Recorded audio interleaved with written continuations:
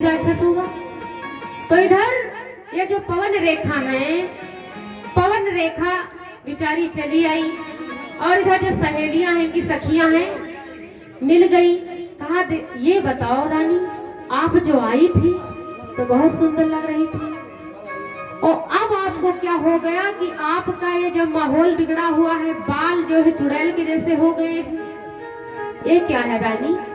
रानी ने कहा छिपाओ दिया। कहा सुनो, हमको कुएं में बंदर मिल गया, बंदर, उसने मुझे बहुत पीटा और पीटा मेरा ऐसा हाल कर दिया। क्या करती बेचारी, क्या करती?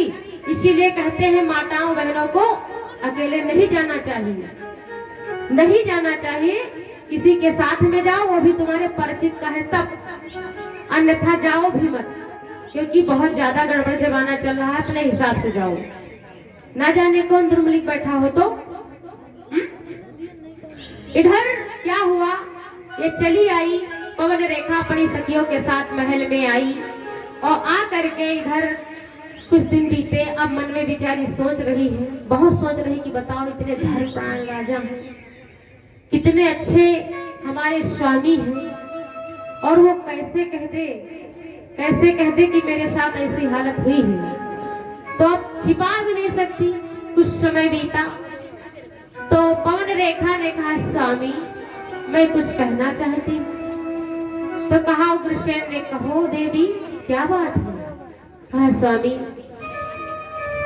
मैं गर्भ से। तो कहा वाह, ये तो खुशी की बात है, बहुत अच्छी बात है। अब उग्रसेन राजा जो थे धनदान से ढोल पिटवाने लगे और सभी को दान देने लगे, खुशी का माहौल हो गया। कहाँ पर? उग्रसेन मथुरा जी के जो है राजा, यहाँ पर खुशी का माहौल हो गया। 9 माह बाद उस कंस का जन्म हुआ, राक्षस का, और जैसे जन्म हुआ तो भैया चली करारा हवा, इतनी तगड़ी तेजी, आंधी आई, तूफान आया, पानी आया और जितने घर द्वार थे सब बिलटने लगे, इतनी तेजी करारा आंधी से आया था। तो इधर ये जो है रात्रि में इसका जन्म हुआ और महाराज क्या जाने भैया कि ये राक्षस है। तो इधर पवन रेखा ने सोचा कि जब इसके पैदा होने से इतना तूफान आया है, भूचाल आया है कि जहां पर जल गिरा है पूरा जल ही जल हो गया, जहां पर बीच उल्टे सारे उल्ट गए हैं, न जाने कितने घर उजड़ गए, न जाने कितने मनुष्य मरे, न जाने कितने जीव जंतु मर गए हैं। ये पापी ही है, आया तो है, लेकिन अब कैसे कहते कि ये तुम्हारा पुत्र नहीं है, कैसे कहते?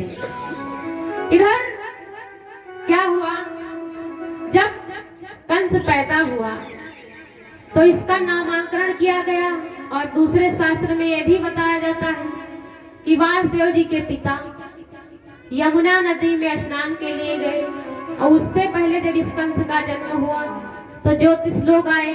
जैसे आज कभी कभी जब होते हैं बच्चे तो कहते पंडित जी को बुला लाओ उनका नामांकरण कराओ, कहा जाता है कि नहीं कहा जाता है?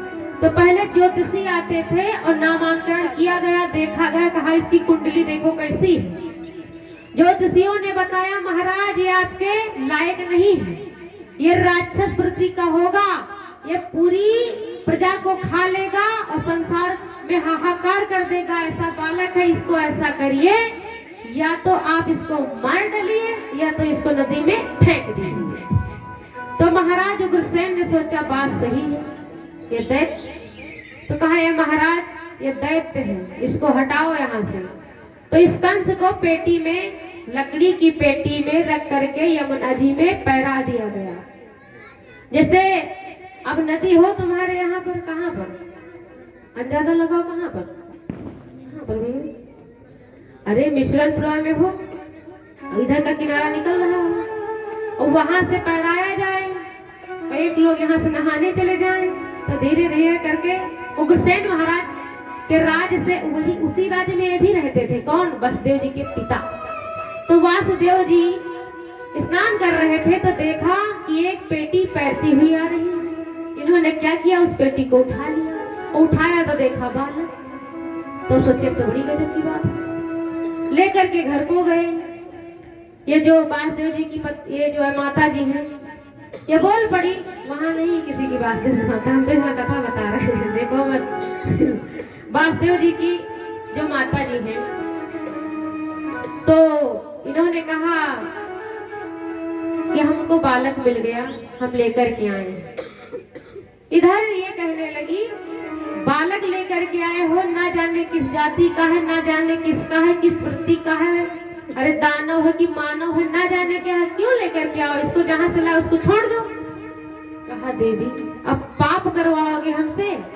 ये भी सत्य बहुत बोलते थे, क्योंकि धर्मप्राण भी थे।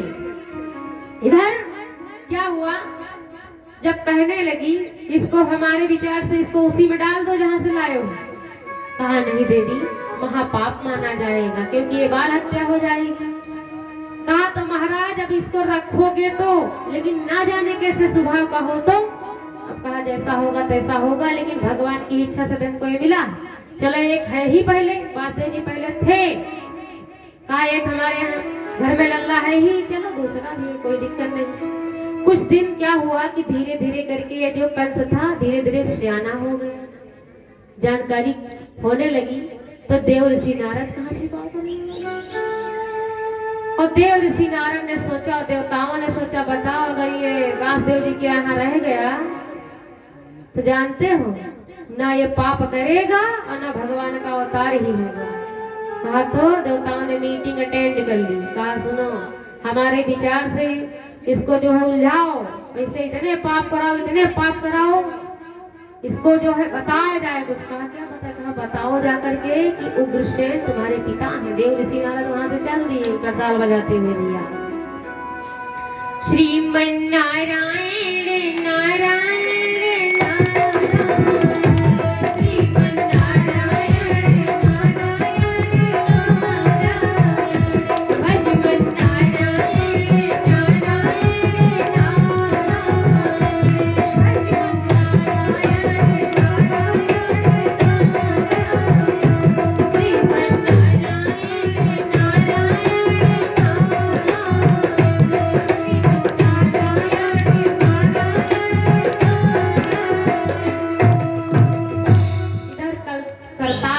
हुए बीड़ा की झनकार करते हुए देव ऋषि नारद पहुंचे किसके पास, कंस के पास।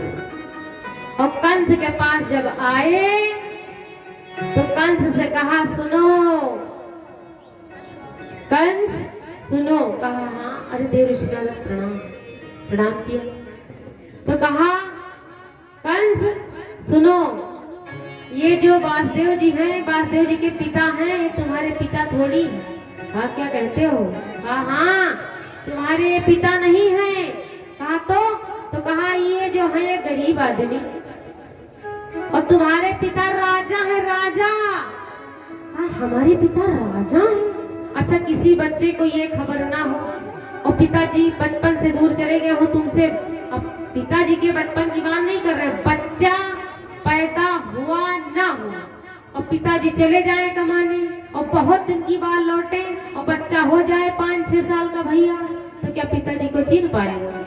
और बताया जाए तुम्हारे पिताजी है, पिता तो आश्चर्य होगा कि नहीं होगा?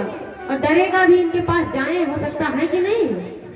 तो इधर देव ऋषि नारद कहने लगे कि तुम्हारे पिता उग्रसेन है और राजा है मथुरा के। ए सुनो, ये दाल भात रोटी सब्जी सादा छोड़ो, चलो व्यंजन मारो 16 प्रकार के, राजसी भोग खाओ चल करके। अब भैया राक्षस का कंस जो भक्ति थी जो अंदर वासुदेव जी के यहाँ भाई भक्ति होती थी, क्योंकि यदुवंशी थी। और इधर ये जो है कंस, इसको कहा ऐसे जाना भी मत, तुमको उग्रसेन जल्दी स्वीकार भी नहीं करेंगे। कहा तो धीरे धीरे करके अपनी पार्टी इकट्ठा करने लगा कंस, किसकी? डकैतों की। तो इधर क्या किया, डकैतों की पार्टी में एकत्रित कर ली और जाकर के नाटक भर के अपने पिता के सामने रोने लगा। कहा पिताश्री आपने हमारा क्यों त्याग कर दिया? अरे मैं आपका पुत्र हूँ, मैं आपकी सेवा करूंगा, मैं आपका सत्कार करूंगा, अच्छा उग्रसेन उसके भोलेपन पे आ गए, वो रोने लगा ना, तो भोलेपन पर आ गए। और जैसे आ गए तो कहा ठीक है बेटा, चलो ठीक है, अब भाई मैंने गलती की कि तुमको नदी में तैरा दिया था, लेकिन चलो अगर अब आ गए हो तो ठीक है, तुम यहीं पर राजकुमार बन के रहो। हाँ ठीक। और उग्रसेन महाराज धीरे धीरे करके वो कंस बड़ा हो गया, और जब बड़ा हो गया तो अपनी जो पार्टी एकत्रित कर रखी थी ना डकैतों की, अब हमला बुलवा दिया किस पे? उग्रसेन महाराज पे, और बंदी में डाल दिया। कहा जाओ इनको बंदी में डाल दो, मैं खुद ही सिंहासन ले लूंगा। अब बताओ भैया, कोई समझदार लड़का होता तो ऐसा थोड़ी करता। अब ये राक्षस था और बंदी में महाराज उग्रसेन को डाल दिया। उग्रसेन को डाल दिया तो इधर क्या हुआ, ये देवक राजा थे, इनके भाई थे उग्रसेन के, इनके पुत्री का नाम है देवकी। इधर बातचीत चलने लगी उग्रसेन महाराज में, कैद में तो बंद थे लेकिन अब बातचीत हो सकती थी ना भाई भाइयों में। बातचीत चलने लगी कि भैया अब ऐसा है कि मेरी पुत्री विवाह के योग्य हो गई है और मेरे विचार से विवाह कर देना चाहिए। इधर उग्रसेन जी कहने लगे हाँ ठीक है, तो कहा मैं तो निकल नहीं सकता, अब तुम ही तलाशो। तो इधर कंस आ गया, कहा क्या बातचीत हो रही तुम दोनों भाइयों में? अरे कहा देवक जी ने कहा ऐसा है कि तुम्हारी बहन जो देवकी है वो विवाह के योग्य हो गई है, तो कहा इसीलिए सोचा जा रहा है कि कोई वर तलाशा जाए। तो कहा वर तलाशने की क्या आवश्यकता है, मुझे पता है। कहा तो बताओ। कहा मेरा मित्र है। कौन? वसुदेव। कहा वो बहुत अच्छा है, उसका स्वभाव अच्छा, वो सत्य बोलता है। इतना उसको पता था कि वो सत्य बोलता है। तो इधर भैया क्या हुआ, उग्रसेन महाराज के जो भाई है देवक और वसुदेव और देवकी का विवाह का प्रस्ताव जारी हुआ। इधर उग्रसेन तो भाई बंद है, और इधर देवकी को एक कंस मानता बहुत था, और लेकिन मानता किसी की नहीं था। मानता बहुत था अपनी बहन को, लेकिन मानता किसी की नहीं था। और क्या करता है, मां नहीं मात पिता नहीं देवा, मां नहीं मात पिता नहीं देवा, साधु ते करवा वही सेवा, साधु ते करवा वही सेवा। मां नहीं मात पिता नहीं देवा, मां नहीं मात पिता नहीं देवा, साधु ते करवा वही सेवा, साधु ते करवा वही सेवा।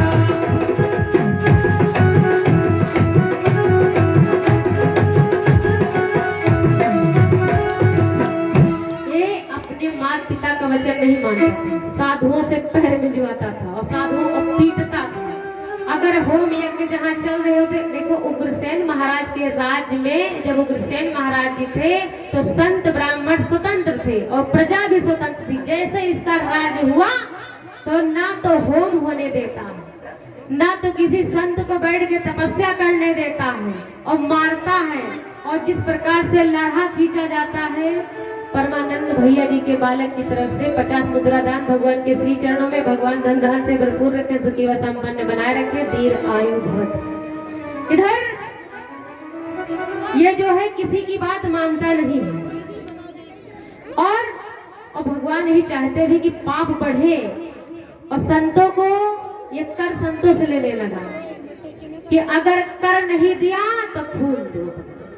पीटता था, बहुत मारता था। संत सब चिल्लाने लगे, देवता परेशान होने लगे, प्रजा जन रुपी होने लगी, सब हाहाकार मचने लगा, हाय हाय सब कहूं होने लगा, सभी जगहों पर हाय हाय होने लगी। जब तो इधर क्या हुआ कि समय भी भगवान का इधर आने का भी है।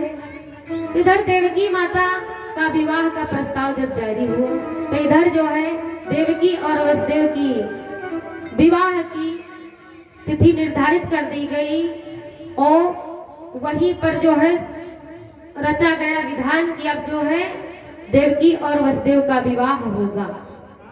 तो देवकी बेचारी रोने लगी, सोचने लगी विदाई में कि अब तो मैं अपने भैया से दूर हो जाऊंगी, और अब मैं चली जाऊंगी, क्योंकि अब मेरे पिता जो हैं बड़े वाले वो तो जेल में हैं और मेरे पिता बुढ़ापा वो कहाँ है। तो भैया हमारे इतने अच्छे हैं। अब इधर भैया मानते खूब हैं लेकिन किसी की मानते नहीं है। बस इधर क्या हुआ, कंस जो है कहने लगा बहन तू क्यों रोती है, अरे तेरा भाई है, और सुनो तेरा भाई है कंस, और कंस के नाम से दुनिया थर थर कांपती है। और सुनो वसुदेव, अगर मेरे बहन के खरोच आई ना तो तुम्हारा सर हम अलग कर देंगे, तुम्हारा पैर पूंजे हैं सर नहीं। अब बताओ, पैर पूंजे हैं सर नहीं, ये भी धमकी वसुदेव जी को पहले ही दे दी। और हम देखते कुछ लोग यहाँ भी लोग धमकी देते हैं गाँव में, सुनो अगर हमें दीदी को कुछ हो गया ना तो सुन लियो, पैर पूंजे है पैर अम्मा, और वही पैर पकड़ के तुमको जौन घसीटा मारेंगे, जौन घसीटा मारेंगे कि भैया याद रखेगा छठी का दूध यहाँ सिलाएंगे तुमको हम। दीदी को कोई नुकसान नहीं होना चाहिए। पावर पावर है, पावर है भैया, है कि नहीं। तो इधर क्या हुआ, कहने लगा सुन बहन, और मानता बहुत था लेकिन किसी की मानता नहीं था। कहा सुन बहन, मैं तुझसे इतना प्रेम करता हूँ, चल मैं तुझे स्वयं ही लेकर के जाऊंगा तेरे घर छोड़ने। और जैसे ये छोड़ने के लिए चले भैया, रथ पर आरूढ़ हुए और सज गया रथ।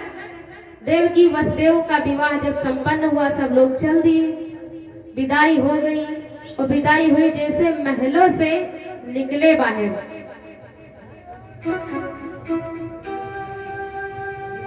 उधर शोर मचा बड़ी तेजी से, क्या रे मूर्ख कंस, जिसको तू बड़ी अभिमान से विदा करने जा रहा है, उसी का 8वां पुत्र तेरा काल होगा। अरे मूर्ख, बहुत तेजी से बिजली गरजी। तो कंस जो बहन को मानता था ना, और जैसे आवाज सुनी तड़ाके से नीचे, रथ से नीचे गिर तड़ाके से उतर गया।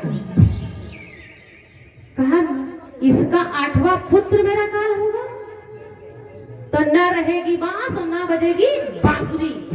अब जिस बहन को बहुत मानता था ना, तत्काल रथ से नीचे उतरा, फट से केस पकड़ लिए, और केस पकड़ लिए और खींच लिया केस। अब इधर वासुदेव जी कहने लगे अभी तो इसका दिमाग ठीक ठीक था, और तत्काल इसको क्या हो गया। कहा ये क्या कर रहे हो भैया, अरे तुम्हारी बहन है, अभी तो आप लाड से इसको विदा करने जा रहे थे, और सभी को भविष्यवाणी उन्होंने नहीं सुनाई दी थी, इनको सुनाई दी थी कि इसको कंस को। कहा ये क्या कर रहे हो भैया, ये तुम्हारी बहन है, तुम केस पकड़ के तलवार खींचे हो, क्या मार डालोगे। कहा मार ही तो डालेंगे, नहीं चाहिए मुझे ऐसी बहन। कहा ऐसी बहन, कहा नहीं नहीं ये बहन नहीं है, मेरा काल है, काल। क्यों, क्योंकि इसका 8वां पुत्र मेरा काल होगा, तो ना रहेगी बांस और ना बजेगी बांसुरी। तो वासुदेव जी कहने लगे कि सुनो, अभी तक ये आपकी बहन थी। कहा हाँ। कहा ये तुम्हारे घर पर थी तो ये तुम्हारी बहन थी, लेकिन मेरा विवाह इनके साथ हो गया और मेरी जिम्मेदारी बन गई। तो सुनो महाराज, सबसे पहले आप हमारे प्राण लो, तो देवकी को मारना चाहे छोड़ना। अब देवकी के आगे खड़े हो गए महाराज, वासुदेव खड़े हो गए, और तलवार जैसे कंस आए तो देवकी आगे वासुदेव जी के आए।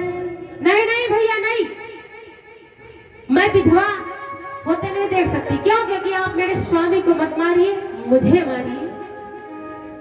तो ये कह रहे हो, ये वासुदेव जी कह रहे हैं नहीं नहीं, मेरे रहते तुम मेरी पत्नी को मत मारो, मुझे मारिए।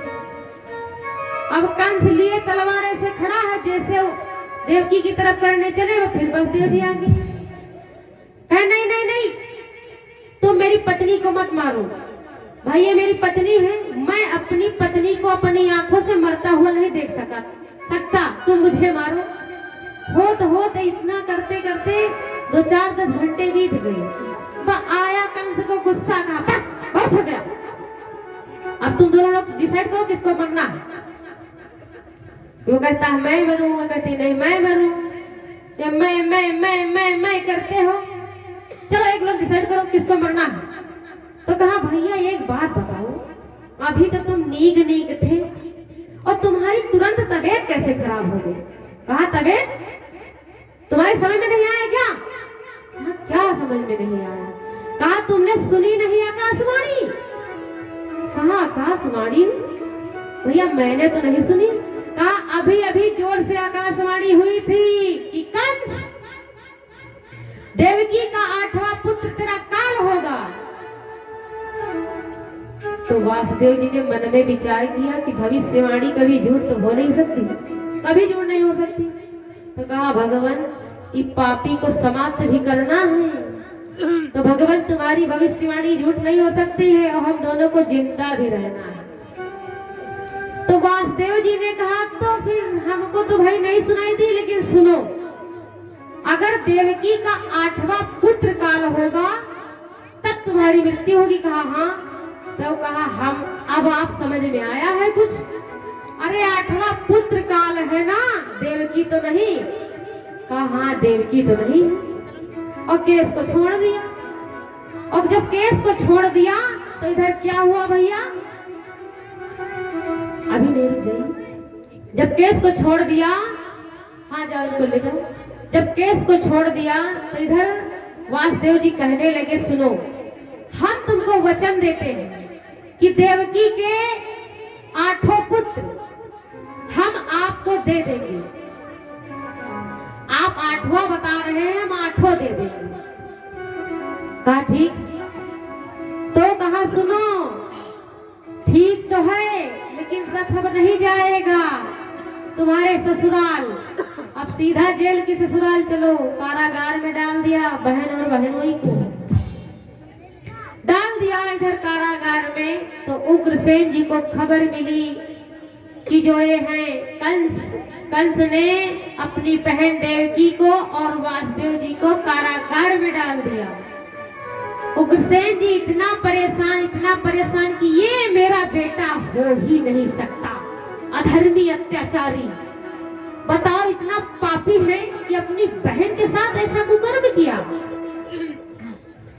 इधर क्या हुआ भैया कि भगवान की दया से धीरे धीरे करके देवताओं ने सलाह भिराई कि अब तो देवकी वसुदेव कारागार में बंदी हो गए हैं, लेकिन भगवान अब कोई लीला रची जाए।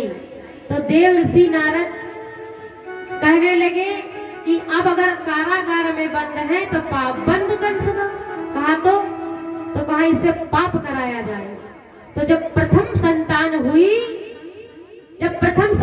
हुई तो इधर जो है वासुदेव जी लेकर के कंस के पास आ गए। कहा लो महाराज, आपसे मैंने वचन कहा था कि मैं 8 संतानें आपको दे दूंगा, सो ये लीजिए, अभी मत आरती उतारो। लेकर के भैया घड़ी की आरती चल रही और हमको लगता है नींद में भी करती होगी आरती, है ना। ये आरती का भूत बड़ा लंबा हो गया भैया। तो इधर क्या हुआ भैया, जब लेकर के गए वासुदेव जी बालक को, कहा लो महाराज मैं आपको अपना पहला बेटा देता हूँ। तो इधर ले लिया कंस ने, और कंस ने सोचा मन में, अरे मेरा 8वां काल है, इस पहले से मेरा क्या नुकसान। क्या हुआ भैया कि देवताओं ने सोचा इसने छोड़ दिया। कहा ले जाओ वासुदेव जी, हमको 8वां चाहिए, ले जाओ, नहीं चाहिए मुझे। देवता सोचने लगे बताओ अगर ये बार बार फेर देगा तो पाप कैसे बढ़ेगा, बढ़ेगा ही नहीं, तो भगवान का अवतार भी नहीं होगा। कहा तो कहा उपाय करो। कहा कौन सा उपाय करे। कहा उपाय करो, कोई भी उपाय करो। तो इधर क्या हुआ भैया कि देव ऋषि नारद ने सलाह भिराई और वहां से देव ऋषि नारद चल दिए करताल बजाते हुए अपनी, और गए यहाँ पर, कहां पर, वासुदेव जी कि ये जो है कंस के यहाँ पर आ गए और सलाह ऐसी भिराई, कहा देव ऋषि नारद प्रणाम, क्योंकि ये कंस क्रूरी तो था लेकिन देव ऋषि नारद को अपना गुरु मानता था, सत्कार करता था। अब बताओ, था तो क्रूरी लेकिन देव ऋषि नारद को अपना गुरु मानता था। इधर क्या हुआ भैया कि जब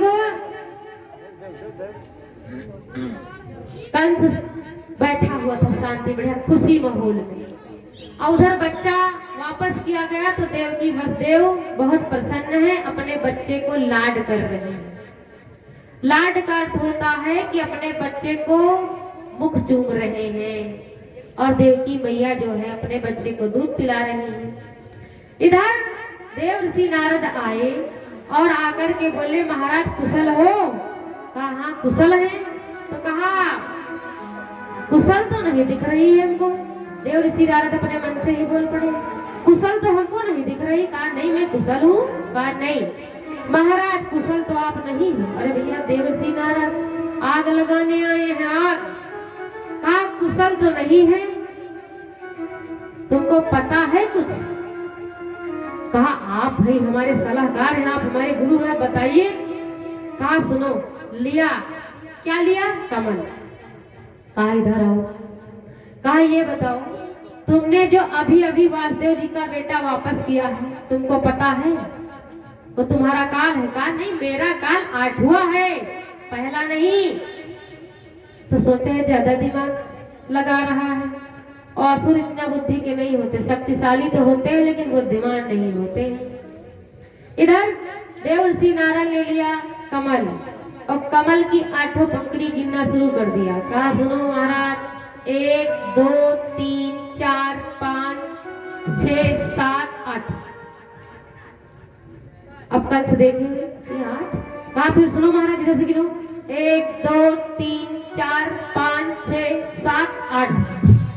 कहा ये हमारी कुछ समझ में नहीं आया देव ऋषि नारद। कहा सुनो पहला भी काल हो सकता है और पहला भी 8वां हो सकता है। महाराज आप हमारे शुभ चिंतक हैं देव ऋषि नारद।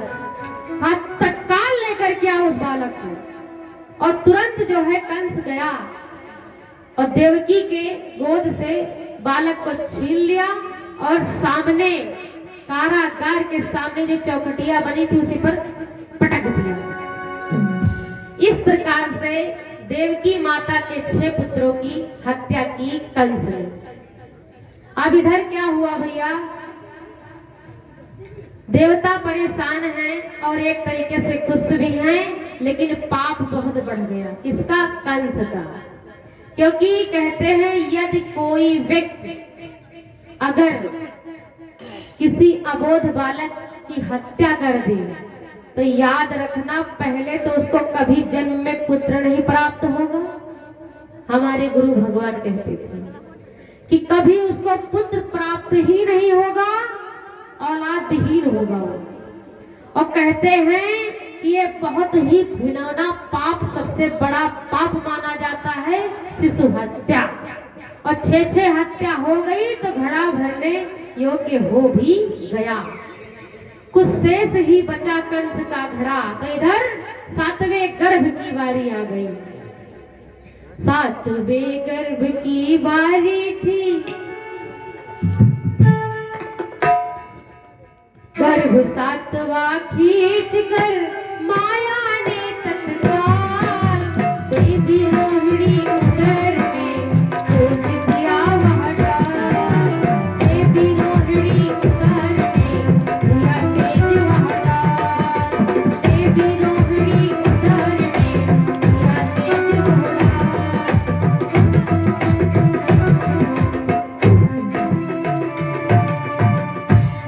जब 7वें गर्भ की बारी आई तो भगवान नारायण ने लीला रचाई।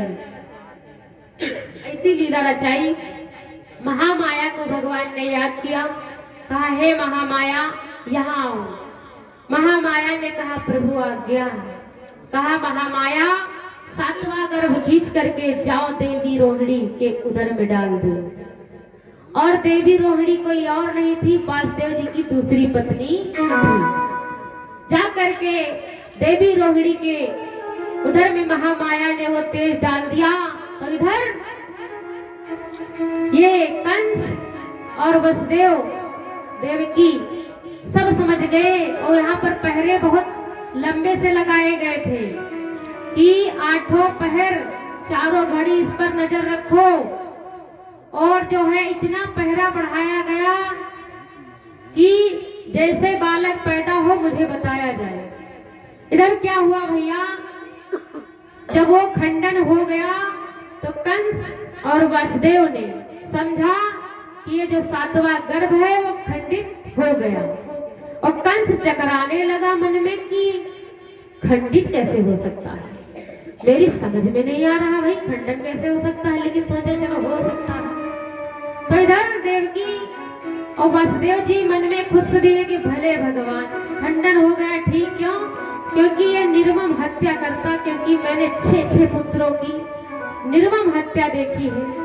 भगवान ठीक ही हुआ कि मेरा ये जो है पुत्र खंडित हो गया, बहुत अच्छा हुआ।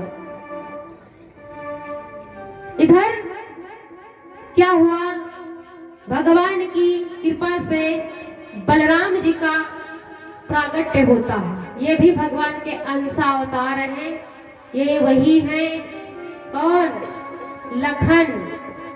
और भैया शत्रुघ्न किसके अवतार माने जाते हैं, किसी को पता? पता नहीं? पता है तो पता करो, सुदर्शन चक्र, सास से सुदर्शन, सास से शत्रुघ्न। ये शत्रुघ्न जी सुदर्शन चक्र का ही अवतार माने जाते हैं। भगवान अपने अंश से और शस्त्र के द्वारा ही अवतरित हुए हैं। इधर बलराम जी का प्रागट्य हुआ, और इधर भगवान की भी बारी आने वाली है। और जब 8वां गर्भ की बारी आई तो यहाँ इतनी तगड़ी तेजी से तैयारी और पहरेदारी बढ़ा दी गई, और कहा सुनो, देवकी को केवल सूखी रोटी और पानी दो, वो भी रोटी 2-3 दिन की बनी दो। और भगवान की भैया माया प्रबल है, मिलती तो थी सूखी, मिलती थी सूखी, लेकिन देवकी हष्ट पुष्ट, चेहरा चमक रहा है, क्यों? क्योंकि नारायण जी का प्रागट्य होने वाला है भैया। कहते हैं यदि किसी दिव्य पुरुष का प्रागट्य या जन्म होता है, और इसे अंतर भी माताओं लगा लो कि अगर भगवान ने किसी को गर्भ धारण किया है, अगर उस माता का तेज चमक रहा है, तो ये जान लेना कि इसको जो बालक या बालिका होगी कोई साधारण नहीं, वास्तविकता में है, प्रभावशाली है, वो कुछ करेगी जीवन में और करेगी। ऐसी संतानें कुछ ना कुछ अवश्य करती हैं। तो बोलिए सच्चिदानंद सरकार की जय। 8वें गर्भ की जब भैया बारी आई तो इधर बहुत तेजी तरारी से तैयारी भी चल गई। और भैया कन्हैया आए क्या? हाँ भैया, झांकी है ना, सब लोग बड़ी तेजी तरारी से तैयारी मचाए हुए हैं। जब 8वें गर्भ की बारी आई, इधर कंस ने काफी पहरा भी लगा दिया, और देवकी माता को सूखी रोटी देता है, पानी देता है, और कुछ नहीं। जब भगवान की दया से इधर रात ही रात में चमत्कार हुआ, उस कोठरी में प्रकाश हुआ, दिव्य प्रकाश। और दिव्य प्रकाश देवकी माता देख गई, क्योंकि देवकी माता को भी दिखाई दिए थे भगवान। देवकी माता और वासुदेव जी दोनों उसी कारागार में क्या देख रहे हैं कि अंधेरी सी कोठरी में उनको बंद किया गया है, और उसी अंधेरी सी कोठरी में बहुत बड़ा प्रकाश हुआ। इतना बड़ा प्रकाश फैला, और क्या देखते हैं कि कुछ ही क्षणों में चतुर्भुजी रूप में भगवान दिख रहे हैं, भगवान दिख रहे हैं। और इधर क्योंकि समय भी पूर्ण हो गया ना, तो उस वक्त के लिए इन दोनों को भगवान ने अपनी याददाश्त दे रखी थी। जब देखा देवकी मैया ने कि चतुर्भुजी रूप में भगवान नारायण हरि, प्रणाम किया, कहा प्रभु आप कौन? कहा देवकी, वासुदेव आप भूल गए, मैं आपका बेटा हूँ और बेटा बनने के लिए ही आया हूँ। कहा नहीं प्रभु, नहीं नहीं नहीं, मेरा बेटा मत बनना प्रभु, नहीं। अरे वो पापी कंस मार डालेगा, नहीं प्रभु नहीं।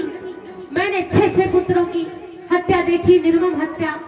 उसने निहत्यारे ने मेरे 6 पुत्रों को मार डाला। बस अब मुझसे और नहीं देखा जाएगा, अब नहीं प्रभु, मत बनिए मेरा बेटा। प्रभु मैंने जो आपसे वरदान मांगा था, हम वरदान भी कहते हैं मेरा वरदान ही ले लो, वापस कर लो, लेकिन हमारे पुत्र मत बनो। भगवान ने कहा सुनो मैया, वो हमको नहीं मारेगा, हम खुद ही उसको मारने आए। मैया कहने लगी तुम खुद ही मारने आए हो? कहा हाँ, हम खुद ही उसे मारने आए हैं, आप चिंतित मत होइए।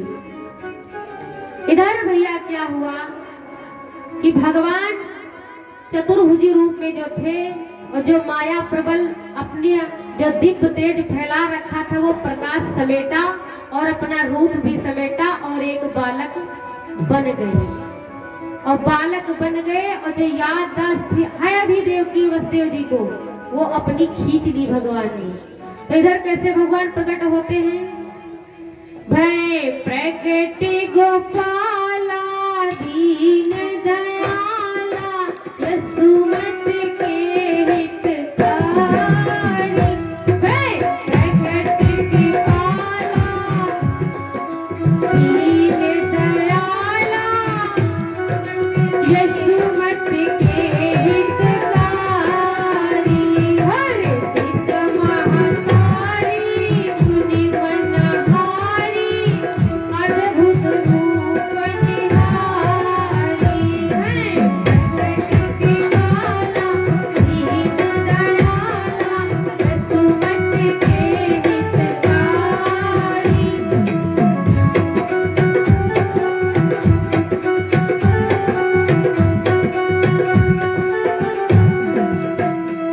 इधर प्रभु प्रकट हुए और इधर घमासान चलने लगी आंधी, करारा बिजली कड़कने लगी।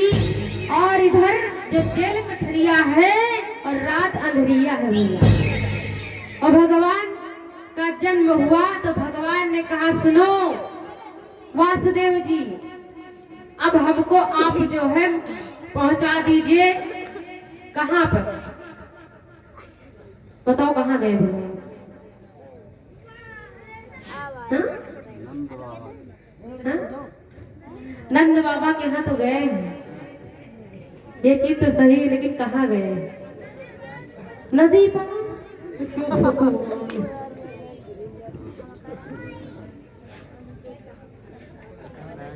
भगवान जो है पहुंचाए जा रहे हैं यशोदा मैया के यहाँ। ये भैया लगातार आवागमन चल रहा है। बोलिए सच्चिदानंद सरकार की, गुरुदेव भगवान की। ये झांकी वाले आए थे तो हम शुरू कर देंगे। जेल कोठरिया रात अंधियरिया, आधी रात चांद चमका। जेल कोठरिया रात अंधियरिया, आधी रात चांद चमका। देखो माया देवकी काया, कोई जान न पाया।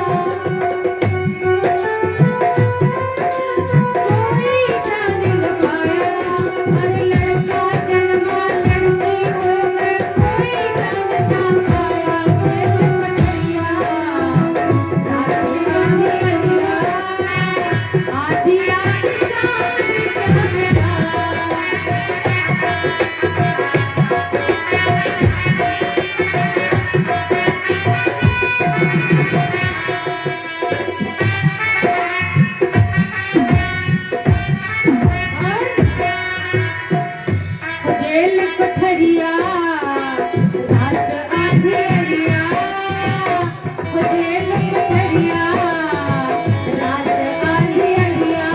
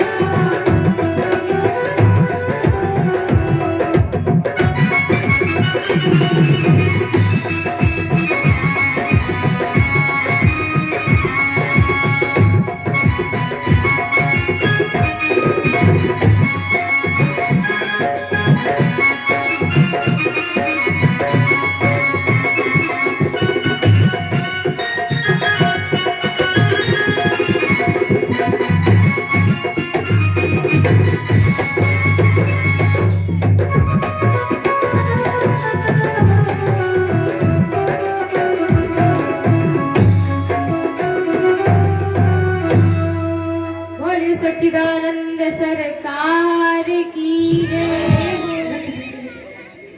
भगवान का जन्म हुआ, जेल में भगवान को लेकर वसुदेव जी कहाँ गए हैं भैया? मथुरा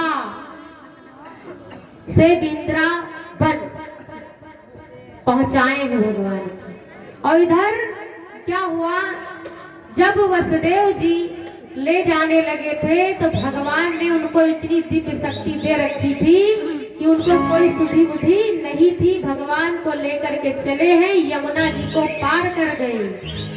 और इधर जो हथकड़ियां थी सब टूट गई और बेड़ियां इनकी भी छूट गई, क्योंकि भगवान ने छाया कर रखी थी। आप लोगों ने भजन के माध्यम से श्रवण किया होगा, किया था? नहीं जान पाए होंगे, जान पाए थे कि नहीं? सब उसमें बताया गया था। इधर वासुदेव जी जब लेकर के नंद बाबा जी के यहाँ आए हैं तो इधर क्या हुआ कि भगवान को जब लिटाने के लिए ले जाने लगते हैं नंद बाबा जी के पास कि भगवान यहाँ रहेंगे, ये हमारे मित्र भी हैं, तो हमारा लल्ला ये जीवित रहेगा। कंस के डर से गए तो क्या देखा, जैसे लिटाने लगे तो वहाँ जो है पहले ही ये जो है, पहले कौन जन्मे हैं? बलराम रोने लगे, बहुत तेजी से रोए, रोहिणी मैया को लात मारने लगे कि भगवान आए तुम सो रही, उठो, भगवान आए तुम सो रहे हो। अपने शब्दों में चिल्ला रहे हैं और कि जल्दी से हमको भगवान के दर्शन कराओ। रोते रोते ये जो है बेड से गिर गए और चिल्लाने लगे, फिहाने लगे। तो मैया ने देखा बच्चा नीचे पड़ा हुआ है तो उठाया, और जब उठाया तो क्या देखा कि वहां पर जो है इनकी लड़की रो रही, किसकी? यशोदा मैया की। महामाया थी भैया, वो माया बन के गई थी, ठीक है ना, रो रही है। तो भगवान इधर आए हैं और इधर क्या किया, वासुदेव जी ने कन्या को उठा लिया, कन्या को उठाया है और सीधे जो है उस बालक को लिटा दिया और सीधे कन्या को लेकर के चले आए। और जब लेकर के आए कहाँ पर? जेल में, मथुरा में। जब वापस आए तो उन्होंने जो देखा था कि हमारा दृश्य जो था बहुत तेजी तरारी का था, और फिर से जेल में जो कीवाड़े थी वो सब बंद हो गई, हथकड़ी जिस प्रकार से लगी हुई थी फिर लग गई। इधर वासुदेव जी जब सुबह हुई तो मथुरा में ये हाहाकार मचने लगी कि बालक हुआ लेकिन चिल्लाया नहीं, चिल्लाया नहीं, अभी आवाज नहीं आई।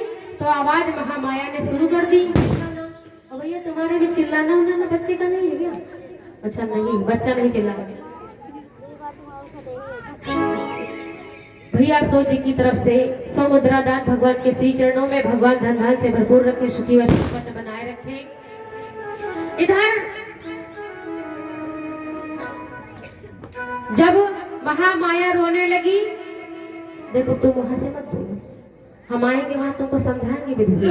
पगली कहेगी, पगली नाम है तुम्हारा। अब हमको ये बता रही हमारी डिस्टर्ब करता है, लेकिन हम यहाँ से वहां कूद गए तो सब गड़बड़ हो जाएगा। क्या हुआ, पाल वहीं पे पड़ने लगे क्या भैया?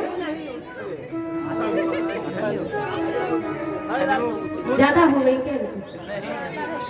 अच्छा अच्छा अच्छा, चप्पल निकाल दियो, चप्पल निकालो भाई। बोले सच्चिदानंद सरकार की जय।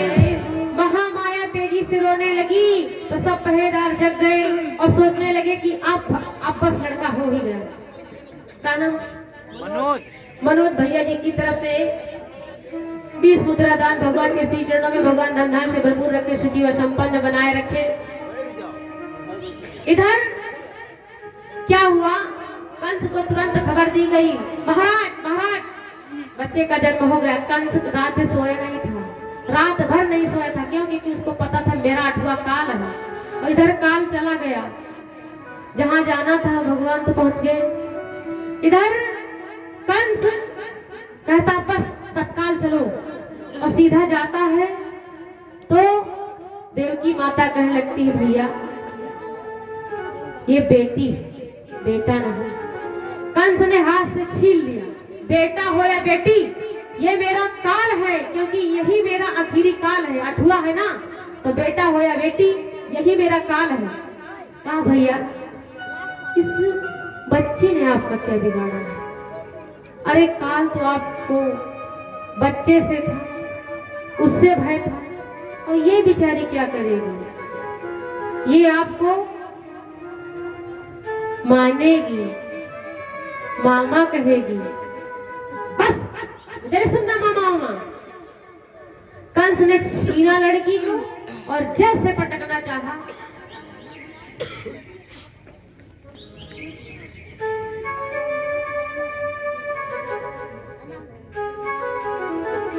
ये बच्चे कह रहे हैं कि हम अपना जो है करेंगे, लेकिन अभी भगवान मथुरा गए, वृंदावन में पहुंचे, अभी यहाँ कंस की बात नहीं पूरी होने दे रहे हैं।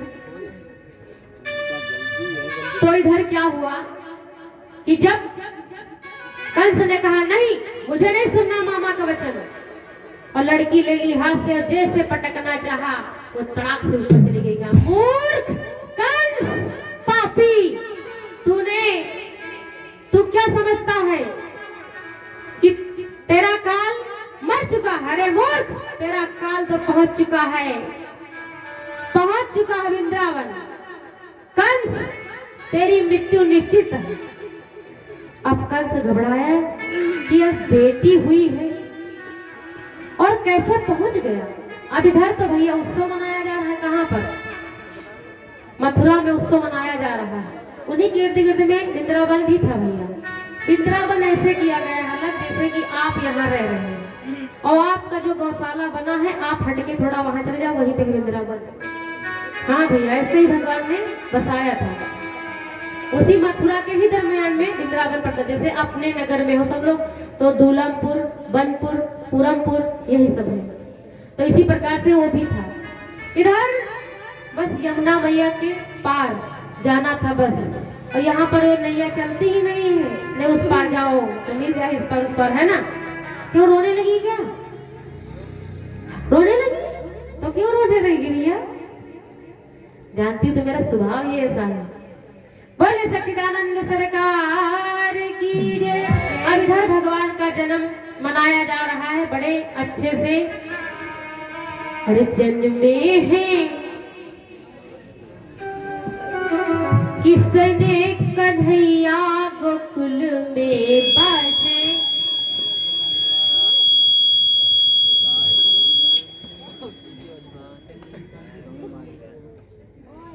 अरे जन्मे है कुंवरे कन्हैया गोकुल में बाजे बधैया।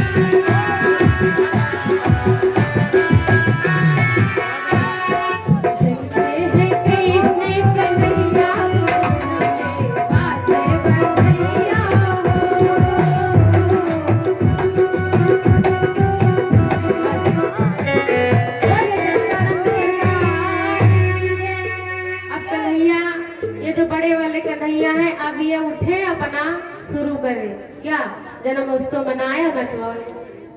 उठो महाराज। अब बिल्कुल भैया वो छोटे वाले थे और वृंदावन में जो है ये बड़े वाले हैं।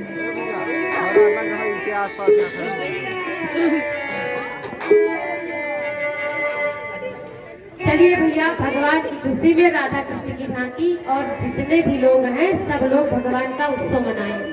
चलिए भैया मनाइए उत्सव।